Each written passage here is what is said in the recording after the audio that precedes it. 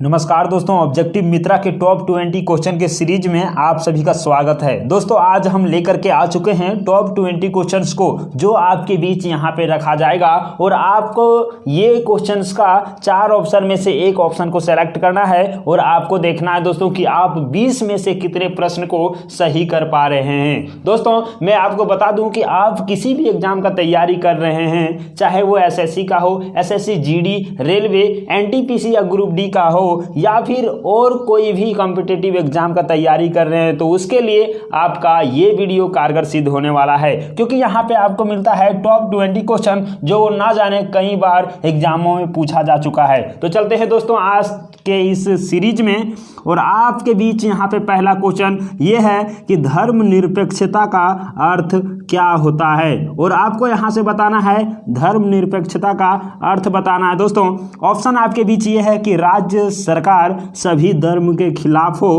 तो उसे कहते हैं, या फिर दूसरा है राज्य सरकार द्वारा एक धर्म को स्वीकार करना, तीसरा राज्य सरकार द्वारा किसी धर्म को स्वीकार नहीं करना, और चौथा उपरोक्त में से कोई नहीं। आप सही उत्तर के साथ जाएंगे, और यहाँ पे दोस्तों धर्मनिरपेक्षता का अर्थ पूछा गया है, तो धर्मनिरपेक्ष मतलब सभी धर्मों से हट करके होता है दोस्तों, मतलब कोई भी धर्म को स्वीकार नहीं करना। तो ऑप्शन नंबर आपका सी यहाँ पे सही आंसर होगा, राज्य सरकार द्वारा किसी धर्म को स्वीकार नहीं करना, ये आपका सही उत्तर हो जाएगा। चलते हैं दूसरे प्रश्न की ओर, और दूसरा प्रश्न है यहाँ पे कि भारत एक धर्मनिरपेक्ष राज्य है, इसका मतलब है कि भारतीय राज्य किस प्रकार का होगा। ये देखिए धर्मनिरपेक्ष के बारे में यहाँ भी बोला है, तो धर्म विरोधी नागरिकों का समर्थन करता है, या फिर बहुसंख्यक समुदाय के धर्म का समर्थन करता है, या फिर अल्पसंख्यक समुदाय के धर्म का समर्थन करता है, या फिर किसी निश्चित धर्म का समर्थन नहीं करता है। दोस्तों पहला क्वेश्चन में हमने बताया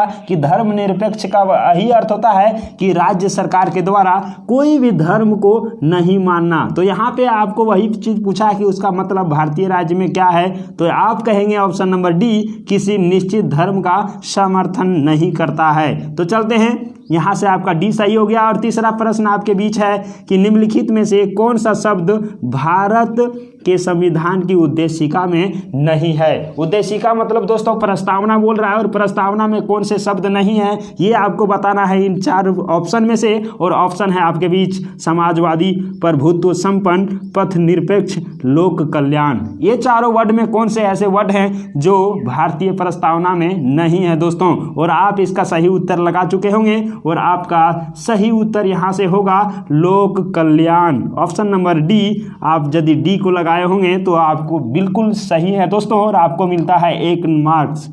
चलते हैं चौथे प्रश्न की ओर, भारतीय संविधान किसके द्वारा स्वीकृत है। इसका मतलब है आपको बताना है कि स्वीकृति कैसे प्राप्त है भारतीय संविधान को। तो आपके पास ऑप्शन है संविधान सभा द्वारा, प्रथम निर्वाचन सरकार द्वारा, भारत की संसद द्वारा, और चौथा है भारत की जनता के द्वारा। आप यहाँ पे सही उत्तर कर लिए होंगे दोस्तों, क्योंकि आपको पता है कि भारत का संविधान भारत की जनता पर निर्भर करता है, तो इसका स्वीकृति कौन करता है, तो भारत की जनता। और ऑप्शन नंबर डी आपका सही उत्तर होगा।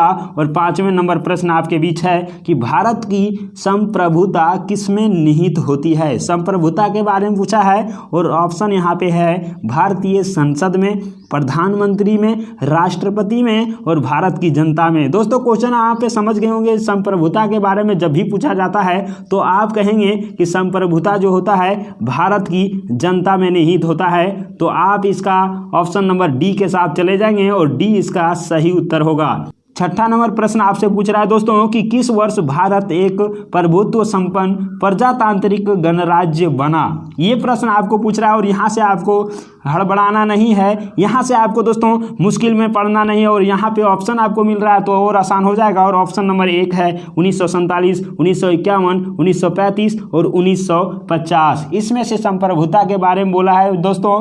प्रभुत्व संपन्न का मतलब ये होता है कि भारत, अपना देश, अपना जो निर्णय होगा वो आंतरिक और बाह्य निर्णय वो स्वयं ले सकता है, उसी को हम कहते हैं प्रभुत्व संपन्न हो जाना। और वो कब हुआ था, तो आप कहेंगे कि 26 जनवरी 1950 को हुआ था। तो ये आपका सही उत्तर होगा, और ऑप्शन नंबर डी आपके नज़रों के सामने है दोस्तों, ये सही जवाब होगा। चलते हैं 7वें प्रश्न की ओर, 7वां प्रश्न है संविधान के उद्देशिका मतलब प्रस्तावना का संशोधन कितनी बार किया गया है। वैसे संविधान का जो है उसका संशोधन बहुत बार हुआ है, लेकिन प्रस्तावना के बारे में यहाँ पूछा गया है दोस्तों, तो आप प्रस्तावना के बारे में बताएंगे कि प्रस्तावना में कितनी बार संशोधन किया जा चुका है। आपके बीच ऑप्शन है 2 बार, 3 बार, 1 बार और संशोधन नहीं किया गया है। इन चारों ऑप्शन में आप सही उत्तर के साथ जाएंगे और आपको ये प्रश्न का सही उत्तर पता होगा दोस्तों।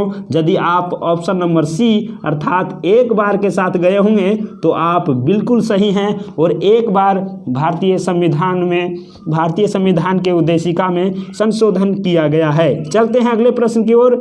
8वां प्रश्न है कि भारत के संविधान की प्रस्तावना में प्रथम संशोधन कब हुआ है। यहाँ भी प्रस्तावना के बारे में बोल रहा है दोस्तों। जैसा कि हमने देखा कि एक ही बार हुआ है और वो कब हुआ है, तो आप कहेंगे इसका ऑप्शन में कि 1951, 1971, 1976 और 1984 आपका यहाँ पे सही उत्तर आना चाहिए और आप इसका सही उत्तर किए होंगे ऑप्शन नंबर सी जो है 1976 में। चलते हैं दोस्तों, इसके बाद से हमारा प्रश्न है 9वां नंबर और यहाँ पे पूछ रहा है कि भारतीय संविधान के उद्देशिका में परिवर्तन किस संशोधन अधिनियम में किए गए थे। यहाँ पे भी उसी प्रश्न से रिलेटेड है कि संविधान के उद्देशिका मतलब प्रस्तावना में परिवर्तन जो हुआ था, संशोधन जो हुआ था, एक ही बार हुआ है और वो कब हुआ है आपको बताना है ऑप्शन के साथ। और यहाँ पे है दोस्तों ऑप्शन 38वां संविधान संशोधन अधिनियम 1975, 40वां संशोधन अधिनियम 1976, 42वां संविधान संशोधन अधिनियम 1976 और अंतिम आपके पास है 44वां संविधान संशोधन अधिनियम 1989। और यहाँ से आपको बताना है दोस्तों कि कब किया गया था, तो आप इसका सही उत्तर लगा चुके होंगे और ऑप्शन नंबर सी इसका सही उत्तर होगा, मतलब कि 42वां संविधान संशोधन अधिनियम 1976। तो चलते हैं 10वें प्रश्न की ओर और 10वां प्रश्न यहाँ से आपको पूछ रहा है कि पृथ्वी की धुरी है क्या होता है दोस्तों, पृथ्वी की धुरी किस प्रकार है, इसके बारे में पूछ रहा है। तो क्या है ऑप्शन, झुकी हुई, ऊर्ध्वाधर, क्षैतिज और वक्रीय। यहाँ से आप देखेंगे दोस्तों पृथ्वी का जो आकृति होता है इस प्रकार से होता है और यहाँ पे इसका उत्तरी गोलार्ध होता है, ये दक्षिणी गोलार्ध होता है, दोनों जुड़े होते हैं। ये हमारा झुकी हुई रेखा होती है और ये थोड़ा सा झुका हुआ होता है। तो आप इसका सही उत्तर लगा चुके होंगे, ऑप्शन नंबर ये इसका होगा, पृथ्वी की धुरी जो होगा थोड़ा सा झुका होता है। तो चलते हैं अगले प्रश्न की ओर और 11 नंबर प्रश्न है कि पृथ्वी के अतिरिक्त किस ग्रह पर वस्तु 11 नंबर प्रश्न है कि पृथ्वी के अतिरिक्त किस ग्रह पर ऋतु परिवर्तन संभव है। मतलब ऋतु परिवर्तन के बारे में, जैसे आप जानते हैं पृथ्वी पर ऋतु परिवर्तन होते हैं, उसी प्रकार से कौन से अतिरिक्त ग्रह हैं जिस पर ऋतु परिवर्तन होता है। और सही आपके पास ऑप्शन है अरुण, वरुण, मंगल और बृहस्पति। यहाँ से आप इसका सही उत्तर लगाइए दोस्तों। और आपको पता है कि मंगल ग्रह पर भी ऋतु परिवर्तन संभव है। तो चलते हैं नेक्स्ट प्रश्न की ओर। 12 नंबर प्रश्न, लाल रंग का दिखाई देने वाला ग्रह कौन सा है। कौन से ग्रह को लाल ग्रह भी कहा जाता है। यहाँ से ऑप्शन है शुक्र ग्रह, शनि ग्रह, मंगल ग्रह और वरुण ग्रह। इसका आप सही उत्तर लगा चुके होंगे दोस्तों। ऑप्शन नंबर यहाँ पे सी हो जाएगा और सी में है मंगल और मंगल ही इसका राइट आंसर होगा, लाल ग्रह भी कहा जाता है। चलते हैं अगले प्रश्न की ओर।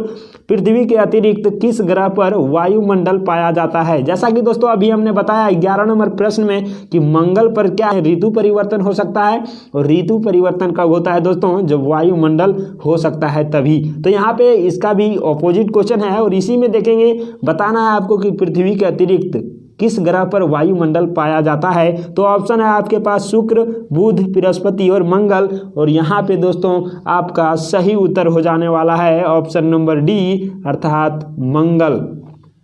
नेक्स्ट प्रश्न आपके बीच है, सौर मंडल का सबसे छोटा उपग्रह कौन सा है। ग्रह के बारे में नहीं पूछा है दोस्तों, उपग्रह के बारे में पूछा है। तो उपग्रहों में हम देखेंगे, ऑप्शन आपके बीच है फोबोस, डीमोस, लेडा और फारलेडिया, ठीक है, और फारडेलिया। इन चारों ऑप्शनों में से आपको बताना है कि कौन सा ऑप्शन है जो सबसे छोटा उपग्रह है, तो आप कहेंगे सर इसका जो सही आंसर होगा वो ऑप्शन नंबर बी होगा, मतलब डीमोस होगा।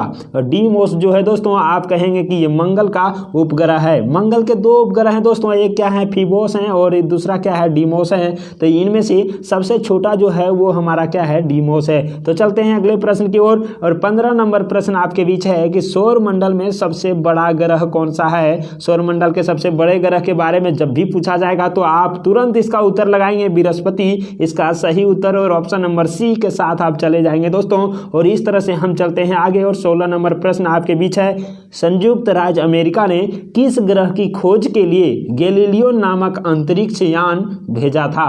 आपको बताना है संयुक्त राज्य अमेरिका किस ग्रह का खोज करने के लिए गैलीलियो नामक अंतरिक्ष भेजा था दोस्तों। और आपके बीच ऑप्शन है मंगल, बृहस्पति, नेपच्यून और शनि। और इन चारों ऑप्शनों में से आपका सही उत्तर हो जाने वाला है ऑप्शन नंबर बी, मतलब बृहस्पति की खोज के लिए संयुक्त राज्य अमेरिका ने कौन से अंतरिक्ष यान को भेजा था, तो गैलीलियो नामक अंतरिक्ष यान को भेजा था। तो इस प्रकार से ऑप्शन हो गया हमारा बी सही। और चलते हैं 17 के पास, समान चुंबकीय झुकाव वाले स्थानों को मिलाने वाला रेखा क्या कहलाती है। चुंबकीय झुकाव वाले, जहाँ पे समान चुंबकीय झुकाव होगा उस रेखा को मिलाने वाले को क्या कहते हैं दोस्तों। तो यहाँ से आपके बीच ऑप्शन है आइसोबाथ, आइसोब्रांट, आइसोगोनल, आइसोक्रोन। और इस प्रकार से इसका सही उत्तर आप बताइए हमें। और इसका सही उत्तर आप लगाए होंगे ऑप्शन नंबर सी, आइसोगोनल। चलते हैं नेक्स्ट प्रश्न 18 नंबर की ओर।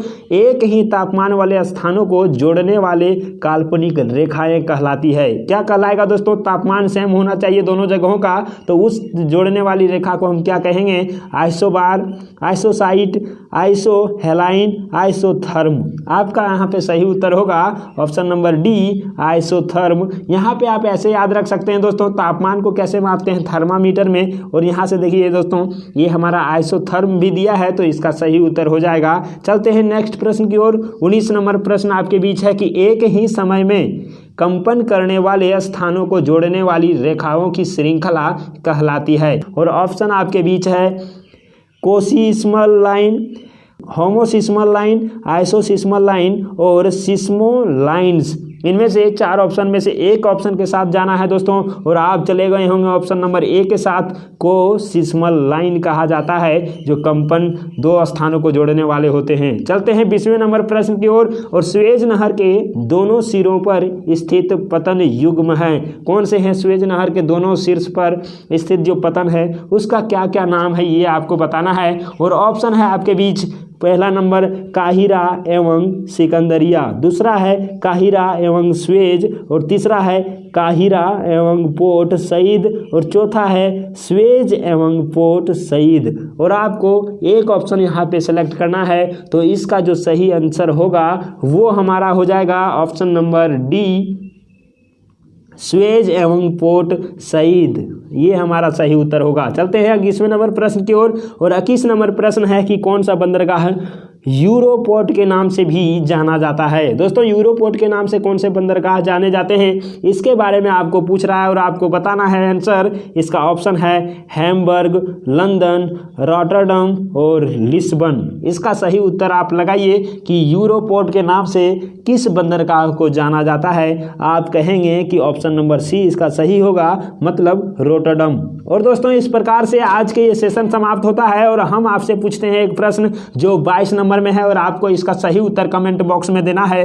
ये प्रश्न का जवाब कितने लोग दे पाएंगे ये मुझे देखना है। यदि आप भी अपने तैयारी को मुकम्मल करना चाहते हैं तो हमसे जुड़ सकते हैं और ये प्रश्न का आप जवाब दीजिए। और अंतिम प्रश्न आपके बीच है कि विश्व का सबसे व्यस्तम बंदरगाह माना जाता है।